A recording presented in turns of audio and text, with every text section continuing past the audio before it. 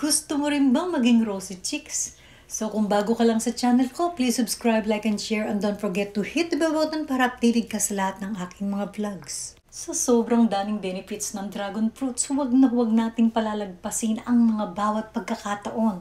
Tulad nito, alam natin na maganda ito sa ating katawan at maganda rin ito sa ating kutis. Kung kaya naisipan ko talaga na sa halip na yelo lang ang aking ilalagay sa aking mukha tuwing umaga, gagawin kong ice cube.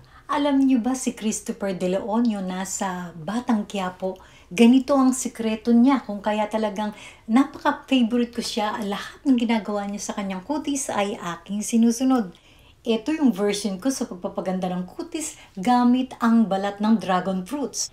Kinatas ko at ito ay inilagay ko sa ice tray at ginawa ko siyang yelo. So every morning ay ito ay talagang ginagawa ko. So pinakamaganda nito talaga ay mag-scrub muna kayo ng asin sa inyong mukha bago nyo gawin ito para talagang sumiksik sa loob ng inyong pisngi. Or di kaya maglagay na kayo ng salt at inyong haluin bago nyo ilagay sa ice tray. Sa makikita nyo, talagang merong pasaway lagi sa aking pagbablog. Pasensya na. So, kaya wag nyong itatapon ang balat ng dragon fruit. So, thank you so much guys for watching and see you to my next vlog. Bye!